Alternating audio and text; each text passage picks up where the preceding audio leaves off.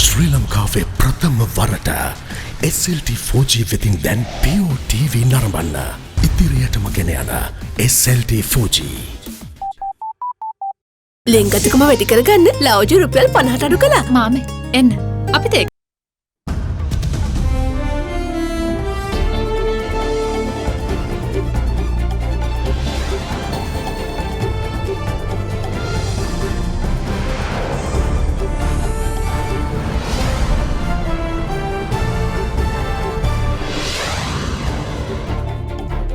Good evening. In your headlines tonight, solemn moment. Final rites of first local COVID-19 victim carried out under strict safety measures. Only the best. Promising Japanese COVID-19 drug to be brought down in 2 days. Respite for some. Curfew lifts for low-risk districts tomorrow. No change for high-risk zones. In the net, Zion Church Easter attack mastermind nabbed by police. All this and much more coming up tonight, this Sunday, the 29th of March 2020. From AdaDerana, this is AdaDerana First at 9. එය 69යි 97ට SMS කර රුපියල් මිලියන 3ක මුල්තැන්ගේ උපකරණ දිනාගෙන අවුරුද්දෙම කුස්සිය time save කරගන්න. ඔබේ ආරක්ෂාව රටේ රැකවරණයයි. Sri Lanka Insurance. Live from Studio 24 in Colombo. A very warm welcome. This is First at 9, your English news service on AdaDerana 24. I'm Indiva Riyamuatta. The final rites of the first Sri Lankan local victim of COVID-19 was performed this morning in accordance with international quarantine regulations. The cremation was carried out at the Kotikavatta crematorium under the supervision of health authorities.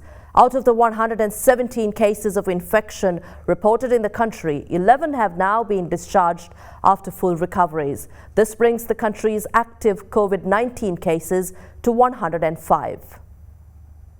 Sri Lanka reported its first death by COVID-19 yesterday, 17 days after reporting the country's first positive case. According to the Ministry of Health, the deceased was a 60-year-old resident of Maravilla who had underlying health conditions such as diabetes and high blood pressure, while also having undergone a kidney transplant several years before. He was a tour guide and was diagnosed with COVID-19 while residing with a group of German tourists. He was admitted to the Infectious Diseases Hospital in Angoda on the 16th of March.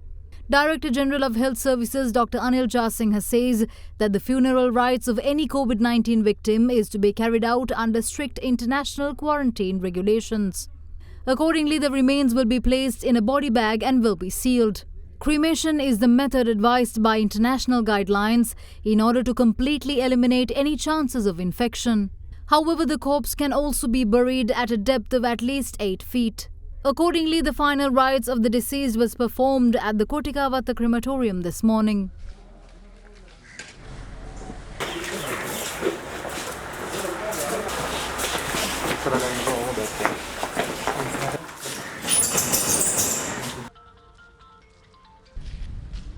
As the country reports the first death within its borders, 3 Sri Lankans living outside the country too have perished owing to COVID-19. Among them are a 59-year-old Sri Lankan living in Switzerland and 2 Sri Lankans in the United Kingdom, aged 60 and 61. Joining BBC News, a returning Briton from Sri Lanka praised measures taken by the Sri Lankan government to curb the spread of COVID-19. In the Sri Lankan airport, we were made to fill out health forms and there were temperature checks. Everyone was gloved and face masks, whereas Heathrow, it was just people saying, please keep a good distance apart. But for example, the border patrol officer just handed me back my passport with a non-gloved hand. It was quite a stark difference. Which seemed to give you more reassurance? The Sri Lankan way. And by the time we landed in Colombo, it was already updated and body scan, temperature scan system. So they were really on the ball. I guess that will surprise a lot of people when you think how wealthy Britain is compared with Sri Lanka and the difference in the way they've approached it. We were quite lucky to go away on holiday. But, we'd heard sort of basically that our government was going to really be as decisive. So we were quite lucky to get away in our mind. If the Sri Lankan government had any say in it, we would have had been on lockdown and not left the country. So The total cases of infection reported in Sri Lanka now stands at 117. Out of the 117 reported cases up to date, 11 patients have been discharged after achieving full recovery, leaving 105 active cases in the country undergoing treatment. At least 199 people were under medical supervision, having displayed symptoms of the virus, out of which 82 of them were discharged and left for their homes today. Accordingly, 117 persons currently remain under observation. During the course of yesterday, 4 new cases were reported from the Colombo district and 2 from the Gampaha district, which are classified as high-risk zones. 2 were detected from Puttalam, while Kandy for the first time reported a fresh case. According to current data, 29 persons diagnosed with COVID-19 have been identified from the district of Colombo, 17 from the Kalutara district, 11 from Puttalam and 10 from the Gampaha district. The districts of Ratnapura, Kurunegala, Galle, Kegol, Batiklo, Badulla, Jaffna and Matara as well as Kandy have also reported positive cases. The districts of Matale, Nuwara, Hambantota, Kilinochchi, Mana, Vavuniya, Mullaitivu, Ampara, Trincomalee, Anuradhapura, Polonnaruwa and Monaragala as well as Kalmune are yet to report any COVID-19 cases. Meanwhile, after a resident of Atalugama in Bandaragama was tested positive for COVID-19, the government took immediate measures to isolate the area, barring both entry or exit. The area is currently under observation of health officials and aided by the security forces. Meanwhile, the father and sister of the infected person were taken to the Naguda hospital yesterday after showing symptoms of the virus. They were later confirmed as COVID-19 patients. In this backdrop, the army took measures to quarantine at least 26 people who had reportedly been in contact with the COVID-19 infected patient in Atalugama, out of which 6 people had avoided quarantine. Officials of the Hambantota Medical Office took steps to self-quarantine a businessman and his family after receiving information that the businessman, a resident of Atalugama, had been living in a rented house in Hambantota. Telambugahavatta village in Akurana, Kandy has also been sealed off to contain the spread of COVID-19 after detecting the first COVID-19 case in the district. Steps were taken to quarantine the family and the neighbours of the infected person. Meanwhile, with the identification of the network of people associated with the infected person in Kadayankulam, all residents of the area have been directed to a quarantine facility.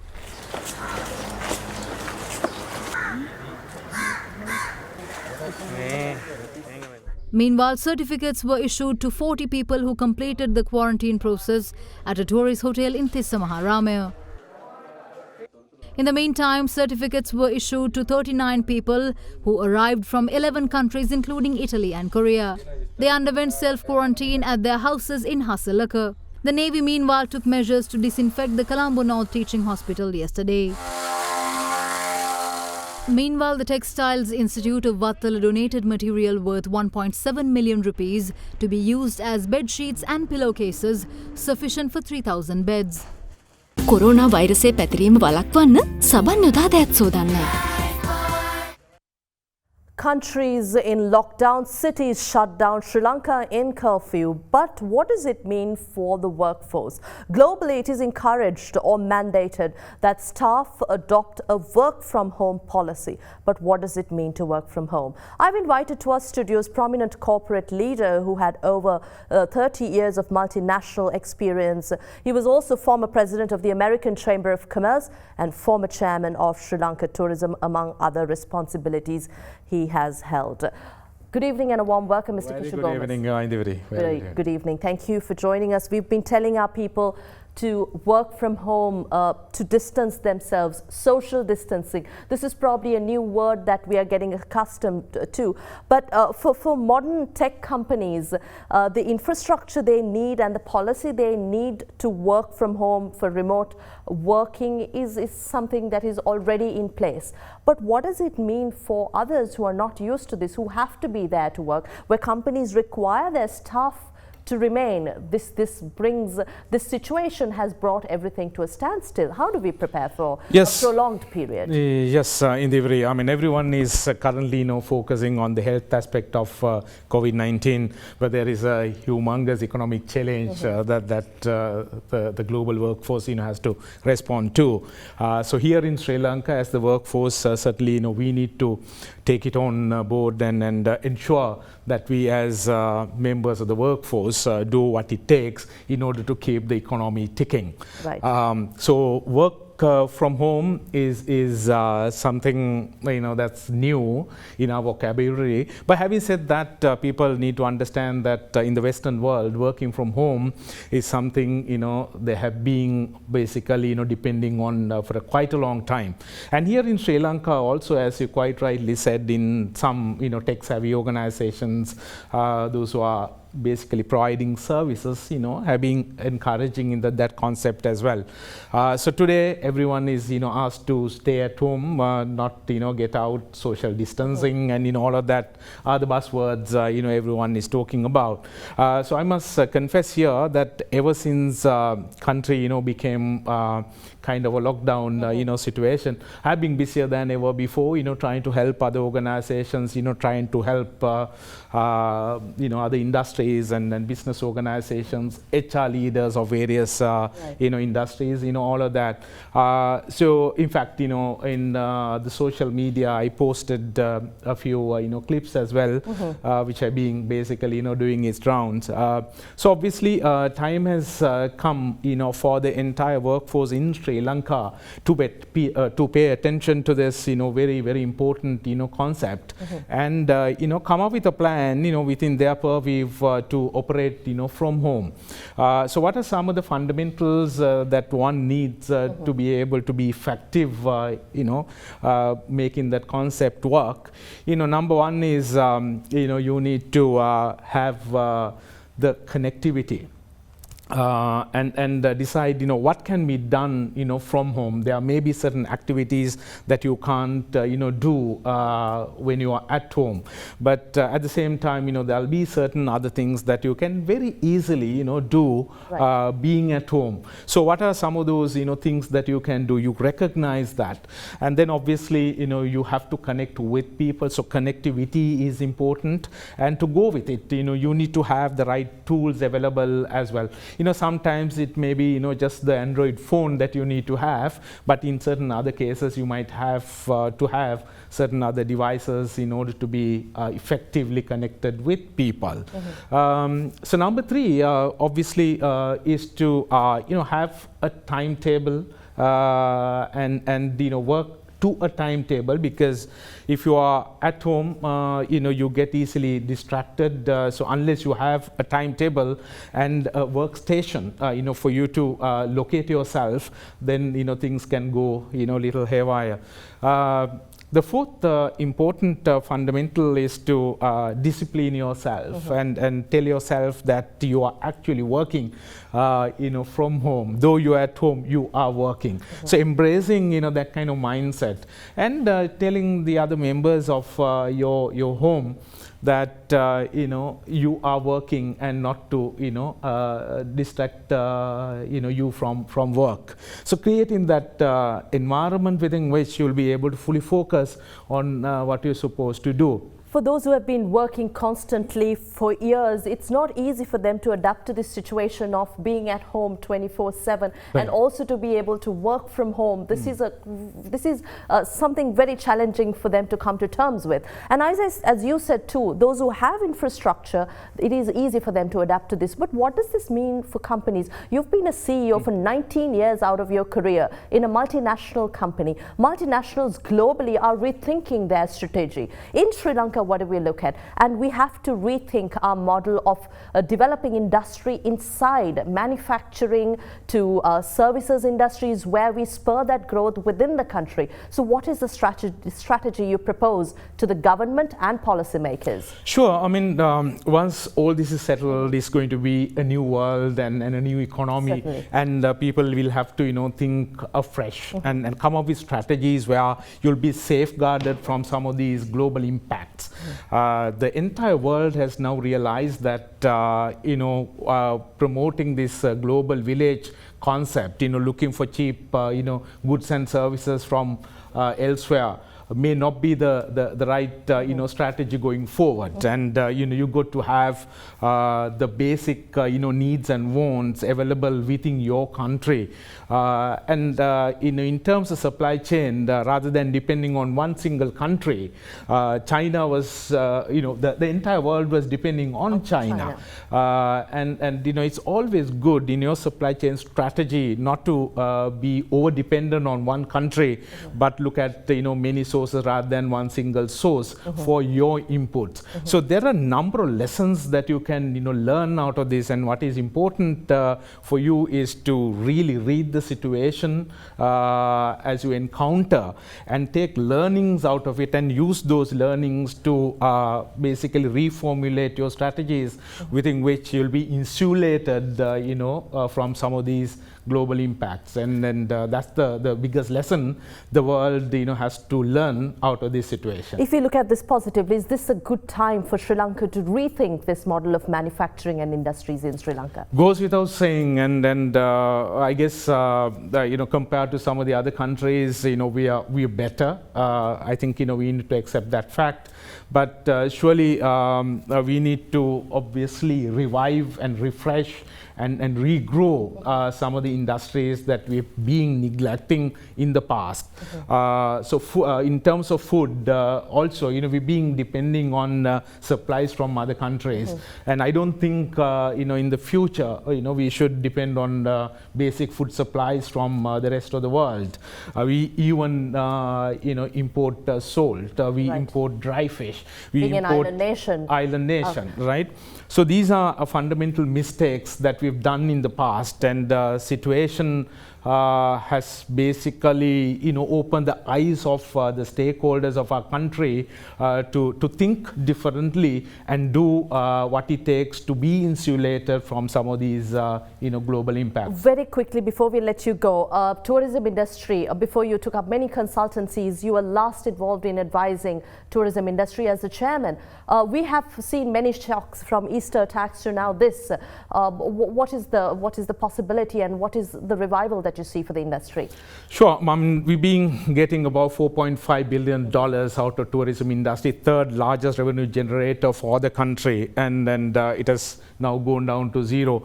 And we cannot think of the tourism industry bouncing back for next 6 months. Even if the issue is dealt with today, it will take at least another 6 months for the tourism industry to be able to fully recover. So obviously Sri Lanka has to keep growing the tourism industry. Prior to this incident, obviously, country had a target of going up to about $5 billion, just in 1 year, and then over the next 3 years to go up to about $7 billion. So once everything is settled, obviously you got to refresh your strategy and ensure that you still chase these revenue targets. Otherwise, the life 21.5 million people deserve and looking for will not be a reality. Right. Thank you very much for your time and that insight. And thank you for coming over to our studios. We had with us Mr. Kishore Gomez, prominent corporate leader and a multinational CEO who gave up his private sector engagements to join the public sector and to be a consultant. Thank you very much once again. We're moving to our other stories. As drug deliveries commence today in cooperation with Postal Services, Chairman of the State Pharmaceuticals Corporation, Dr. Prasanna Gurasena, revealed today that the Presidential Secretariat has ordered the corporation to immediately import a Japanese drug to treat the country's COVID-19 patients. The drug, called Avigan and also known as Favipiravir, has shown promise in Japanese trials on COVID-19 patients and will be brought down in the next 2 days. With the government having announced measures for the home delivery of essential medication to the general public, some patients were seen thronging SPCO Susala outlets, eager to get their prescriptions filled. However, they were unable to do so with instructions posted for customers to use the WhatsApp and Viber apps to forward prescriptions and await delivery via the Central Mail Exchange. Meanwhile, preparations were underway at the State Pharmaceutical Corporation in Colombo today, where hundreds of prescriptions were being filled for delivery. The filled-out prescriptions were subsequently handed over to Postal Department workers for distribution today. In the meantime, the doctors of the Bibile Hospital commenced a home visit program in nearby villages to provide medication to the public unable to do so during the curfew period. Health officials also carried out an awareness program in the villages highlighting measures to be followed in order to avoid contracting the virus. Similarly, the Kegol Teaching Hospital delivered a batch of filled-out prescriptions medicines to the Postal Department to be distributed to the people in the area. In the meantime, AdaDerana took measures to look into the status of the economic centres, beginning with the Manning Market.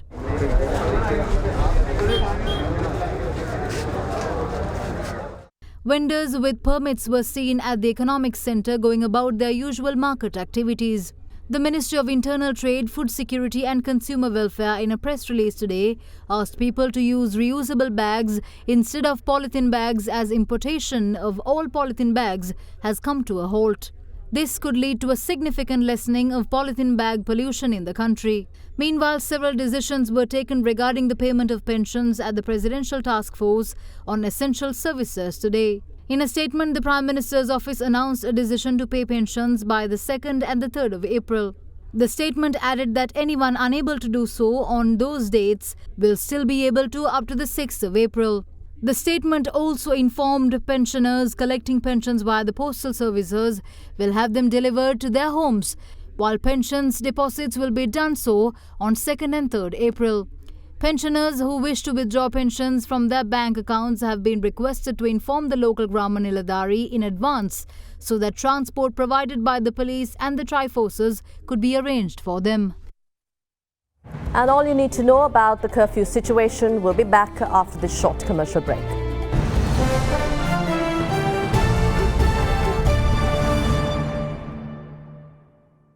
අවශීල්ඩ් ඔබේ මුළු පවුලම 100% දක්වා විෂබීජ වලින් ආරක්ෂා කර දේ.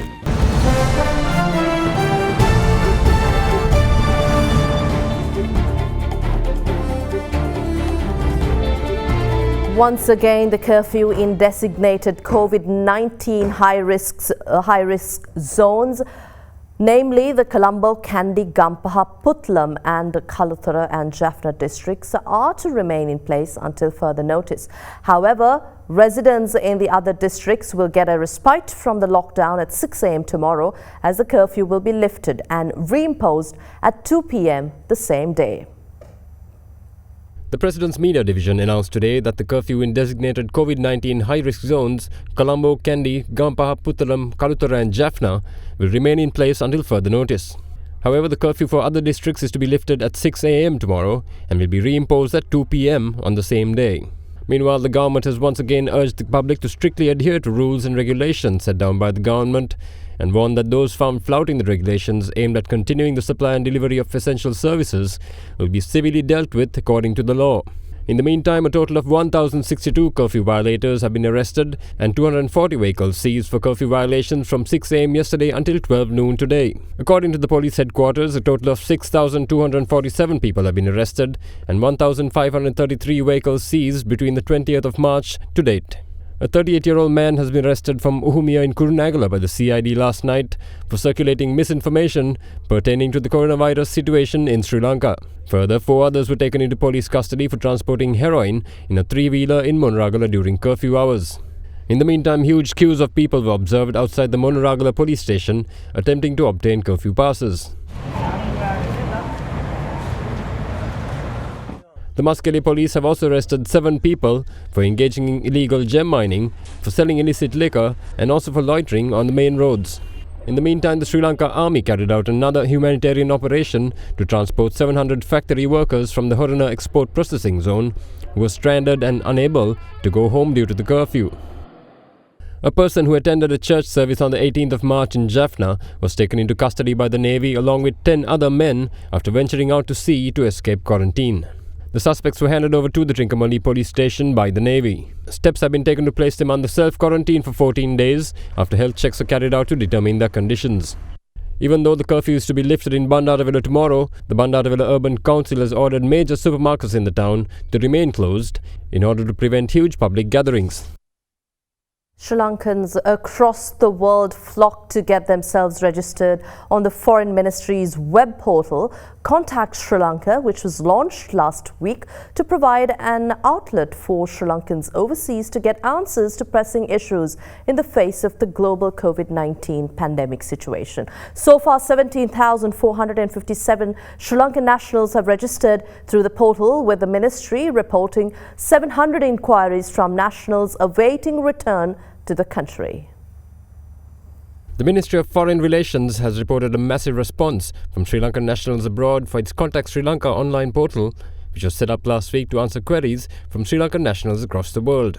A total of 17,457 expatriate Sri Lankans have registered on the portal so far, with 6,773 from the Middle East, 1,892 from Europe, 1,302 from South Asia, 1,028 from North America, and 6,000 from other countries. The ministry reports that the bulk of the inquiries received included requests relating to the possibility of returning to the country, despite instructions issued by the ministry last week urging Sri Lankans abroad to stay at their current locations and strictly adhere to safety protocols until the situation can be contained here at home. The ministry has taken several measures through its mission network to continue to facilitate and address the immediate concerns of Sri Lankans overseas. Other inquiries received include the welfare of student populations, visa extensions, lack of financial support for those unemployed, non-payment of salaries, closing down of commercial establishments, and questions on quarantine upon arrival. Earlier on 18th March, Sri Lanka requested foreign governments to facilitate appropriate visa extensions for Sri Lankans currently visiting their countries in view of the control measures issued by most countries due to COVID-19. Europe continues to be the worst affected region across the world as Italy and Spain continue a seemingly never-ending battle to contain its spread. Spain announced further lockdown measures today after reporting their highest single-day fatalities of 844. COVID-19 has now affected 199 countries and territories around the world, recording a death toll of 32,137. As at 6:50 p.m. today, 683,502 positive cases of infections were recorded, along with 146,396 recoveries. Europe currently remains one of the worst hit global regions, with both a heavy toll on civilian life and its combined economies as well. The COVID-19 death toll in Italy surpassed 10,000, following the reporting of 889 more deaths. The country's new death toll stood at 10,023, with 92,472 cases of infections.